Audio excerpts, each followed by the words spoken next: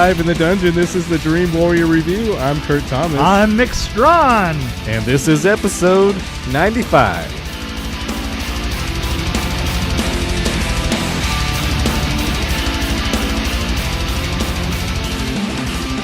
As part of our shark extravaganza, we saw Piranha. And it's about flesh-eating piranhas are accidentally released into the summer resort's rivers. The guests become their next meal. Wow, that's terrible. That was, I think that was fitting for Roger Corman. Yeah, you think? Oh, yeah, well, it was a little bit. You know what? I have to say this. This is supposed to be Roger Corman's work. He's one of the executive producers on it. This is by far one of the best things that he's done. Okay.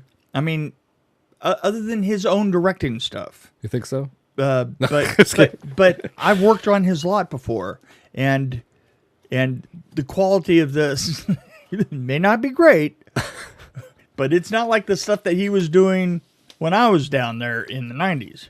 The thing is, I was there when he was doing Prehysteria and the American Ninja series, and those were bad films. With stars like Michael Dudikoff. I don't even know who that is. Exactly. I don't think I've seen that. See, couldn't have been a better setup for a line. I need to see that, I guess. Yeah, well, you don't. I thought this, I mean, I love this movie, just the whole thing about it, but I liked how it was perfect, because it was like, you're right, it's better than any other Roger Corman movie I've seen. Oh, by a long shot, yeah. No, so I think you did an awesome job. Absolutely. And can I just say, who's the director and the writer? The director is Joe Dante. Joe Dante's done so much really great stuff. Joe Dante's a big guy. He's done a lot of TV. Gremlins 2 has no Gremlins. See? Oh, the Howling. He did Gremlins. He did Twilight Zone the movie. Okay, and Police Squad. Police Squad. Well, you're also. What about Gremlins 2? That was a good movie. I really don't care about that Small at all. Soldiers was pretty cool. Yeah. And it's funny, look, as he gets to the end of his career down here, it's like, MacGyver? The new MacGyver, not the original. Wow, really? Joe Dante? Okay, well, anyway. The thing is he is a big guy. He's let me just run down some of my notes here, because I really like this film. Well, the main thing I liked about this movie. Yeah. Obviously, he's making fun of Jaws. Right. He was absolutely. And making fun of it itself, the movie itself. Yeah, while he was doing it. Yeah. This is an early role for Keenan Wynn. Keenan Wynn is the old man that loses his legs. Oh. And he's such a classic. And, of course, an Army test site. Oh, yeah. I wrote an Army test site, and one of my favorite quotes was, wait a minute. What is this? Part of a sewage treatment plant or something? That's right. As they're stripping down to get right. Dipping. Yeah, I was like, okay. And now, I was going to point out something that the two actors that were in the lab, the quote unquote lab, right? They were acting against a stop-motion creature that was doing much better acting than they were by a mile and a half. And it was really funny because the stop-motion, that was never seen again, nor did it make any sense at all. But there's a point where it's hiding behind a beaker or something, and it kind of like looks around it, and it looks around it and looks at them in slow motion, and I was thinking, that thing has 10 times the character that they do. And do you know what? That's one thing I miss about the 80s. All that stop motion stuff that was going on. You mean cocaine on the set? The stop motion creatures that were in like all these different movies. That I kind of missed that cheesiness of certain things. Oh well, it's good. But what was that? That was really bizarre. Yeah, it was. It didn't make any sense, did it? It was like a little homage to Ray Harryhausen. You know, he might have been like an early experiment gone wrong or something, and it got out. Yeah, but they didn't bother. Because you saw the experiments later on in the aquariums and stuff. I know, but they certainly didn't bother to explain it. I like that one that was like a hand puppet. It was in the water. It was like. Why did they mention that the water was salty? Because yeah, there you go. Oh well, they're raising these fish to be tropical. Piranha are freshwater fish. I know they are, but So she why says, did they have to? why was it salt? Because I think the average person might not know that piranha probably can't survive in salt water. Well, I knew that. That's why I was asking. I mean, there might be some people out there that are Roger Corman fans. You see where I'm going with that? Yeah. They might not know. One of my favorite lines. So I quit cigarettes because it was interfering with my drinking. That's kind of like an airplane line, like a, I picked the wrong day to quit smoking or whatever. You know what? I thought that he was pretty quick with a shovel to bury Keenan Wynn. Keenan Wynn, up, he's dead. I'm gonna grab my shovel. I thought that the piranhas made a really interesting noise when they were. I love the noise. Yeah, wasn't it? It was like I think what they did is they ran a bubbler through an envelope filter. So it was more of a kind of like a squeal or something like there was a squeal in there. Yeah, sort of like they just pinched Curly on the butt. I like the the music. How I like the old school. Well, obviously it's old school. This is what years is 1978 or something. Yeah, 1978. But I like how the music kind of helps lead the story along. And in other movies I've seen with Roger Corman movies, I say they wouldn't necessarily do that. Yeah, you know what I mean? No, that's true. But I like the music. It was kind of corny, but I liked it. It was. Now I want to ask a question.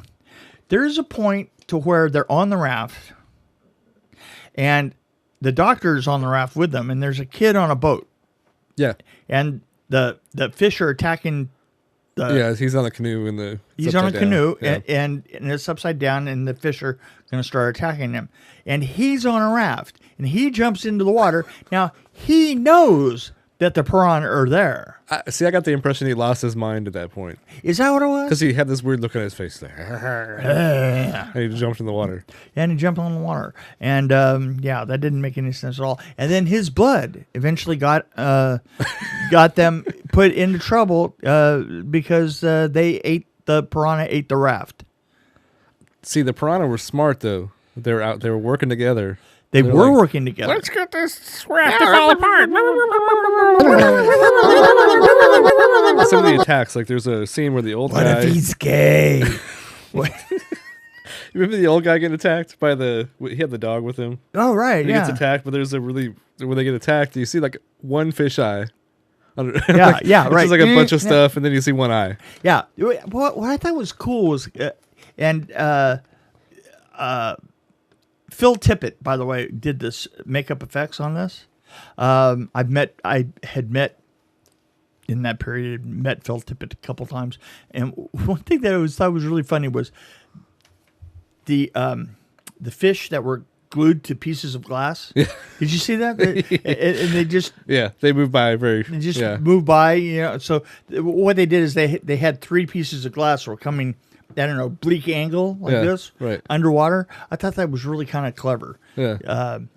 I thought the effects of them chewing up the people was really well done.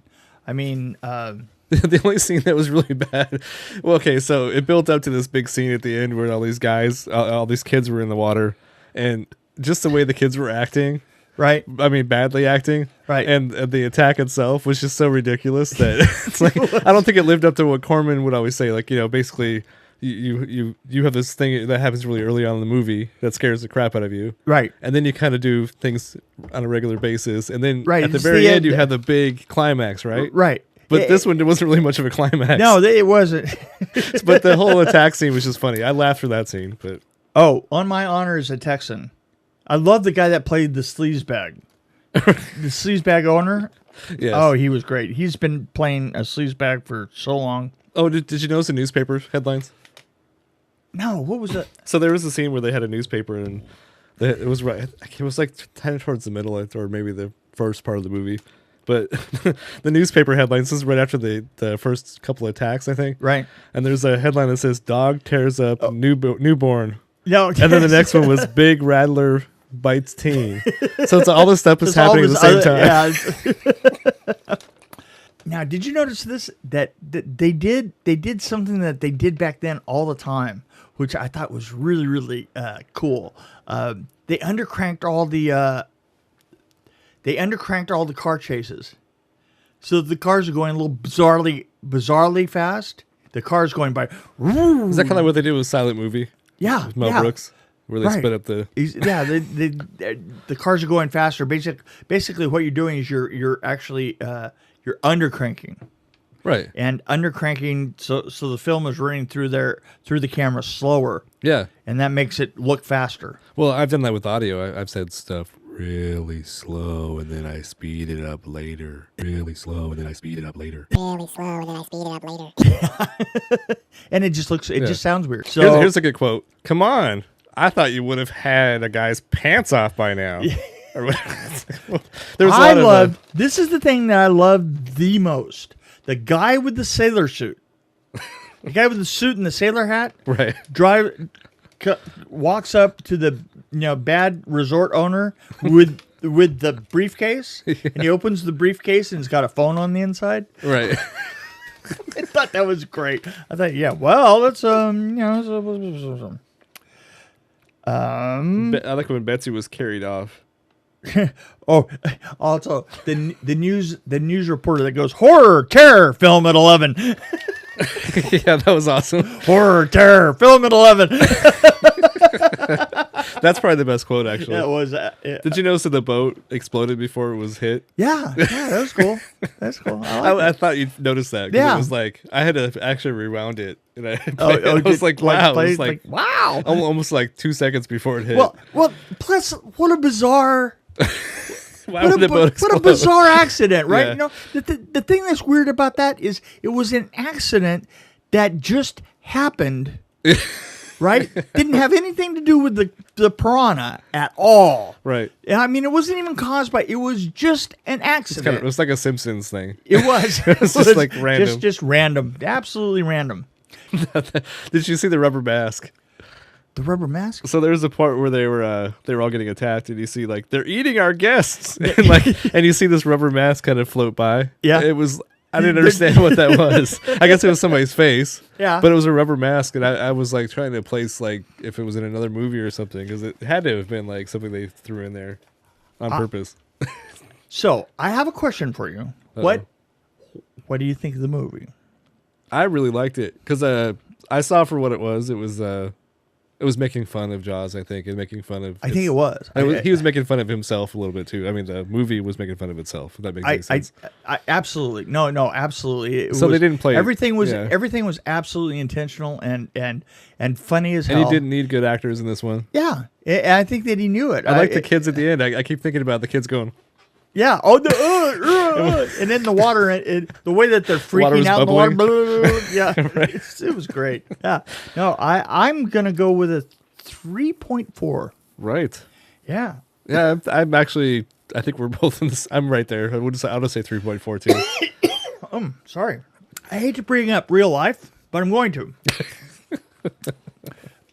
This is going to be a great story time with Mick. Story time. Story time. It's story time with Mick. Story time with Mick.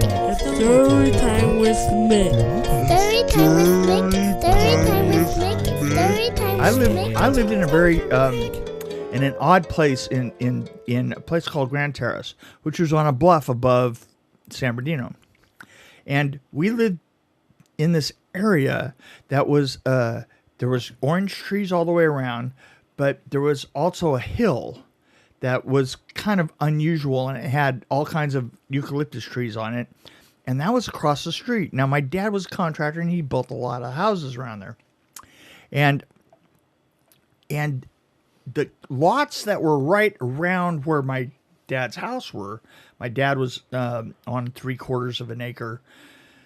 And the lot across the street was an acre and a half, and it had a big ranch-style house.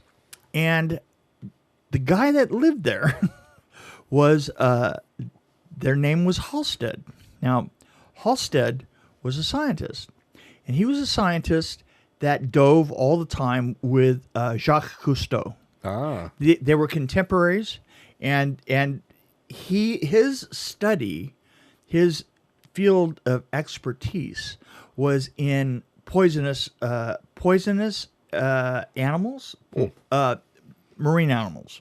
okay. Marine animal poisons and dangerous marine animals.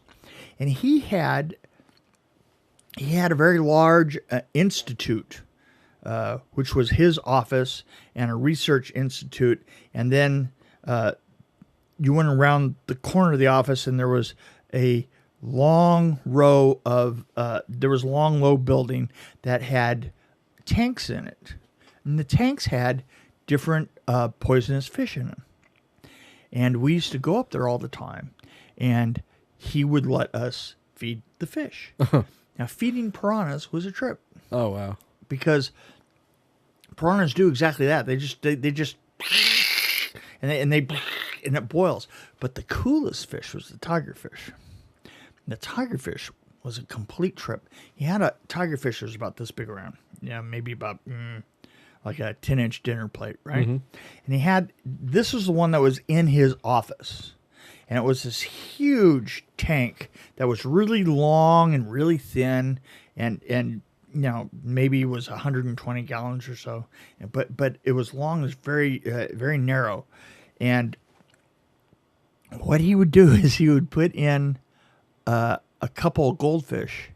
And the goldfish, this tigerfish, and I'm pretty sure it was a tigerfish, but it was striped. It was yellow and green striped, right? Right. And it would just be kind of like turning and floating and over here and be minding its own business. And a goldfish would be on the other side of the tank.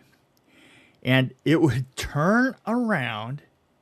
Now the thing is the goldfish would be 2 feet away from it, right? And it would go, you would hear this popping noise, and all of a sudden it would be twice as big. And one of the goldfish would be gone. From a couple of feet away. Wow. Right? And I loved watching that thing, because then it would just slowly come back to its size as it let the water back out. Then it'd go wandering around. And then, it would like look over it. Oh, there's another one of those goldfish there, 18 inches away. Boom! and you could hear the pop. Right. Because he got so big so fast that it literally made a sound in the water slapping on the top of the tank and stuff. But he had sharks in there. He had piranha. He had eels. And not knowing any better, I mean, he also had monkeys on chains and all over the place, and monkeys are disgusting. Right. Monkeys are never your friend. Right. This is the one thing that I definitely learned. They're a lot like humans. Monkeys are a lot worse than humans. Tell me. Right. The thing about monkeys is that monkeys, they'll love you forever, and then all of a sudden one day they don't, and they are incredibly powerful. They come up and if they don't like you, they have ways of showing you that they don't like you. They'll just come up and they'll climb up you like they love you, and then they will just right on your head, right, and just it'll just drip down your everything, and then they laugh. They actually laugh. Then you jump down and like. You're reminding me of one of my ex-girlfriends. Yeah, but. Sorry. Ooh. We had some horrible fights. Yeah, I'll bet. Yeah. But I remember that there was always chemicals around that they used for that we were supposed to go and get and put a certain amount in to try and get pH levels right and stuff. And we would watch the pH levels and all kinds of stuff. And I remember that he had this tank, this 50-gallon drum of an ammonia that was way beyond your clean ammonia, right, and that he had gotten a new tank of it. There was like this little thing that you draw down there and you drove, and it would bring up a little bit, and you'd pour it into a cup and you'd measure it and you'd go in. And I remember he got a brand new tank and got it in, and I looked and I went, oh, look at that. And I opened it up, and normally I had been taught how to, waft things rather my than way. Stick your nose in it. Right. Yeah. But for some reason, being a kid and stupid, I stuck my nose in it. And I woke up with the most horrendous headache, just laying on the ground inside of the chemical shed. And just looking straight up going, what the fuck? Oh, yeah, just, Yeah, it was a trip. That was growing up with around the Halsteads. Wow. And That sounds like fun. yeah, they were very, very interesting people.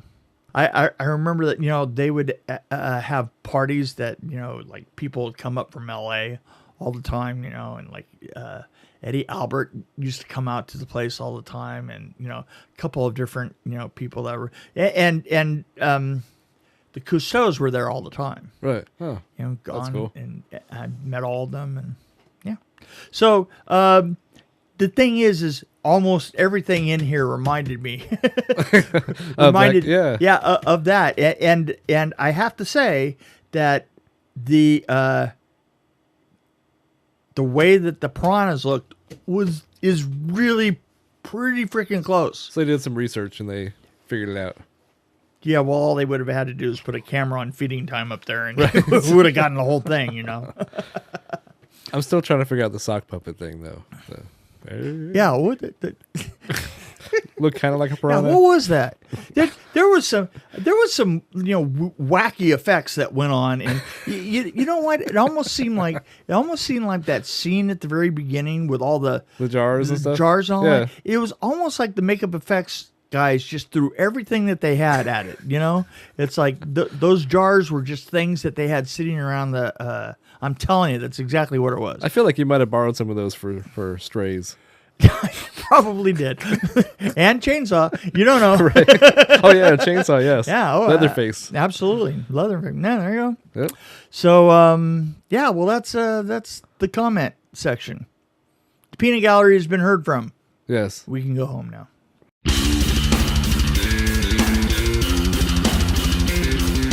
This is Kurt Thomas along with Nick Strawn. Thank you for listening to the Dream Warrior Review. If you have any questions or just have feedback for our show, we welcome them at dreamwarriorreview@gmail.com. Of course, you can find us on Facebook and Twitter as well. As always, please follow us and tell your friends about us too.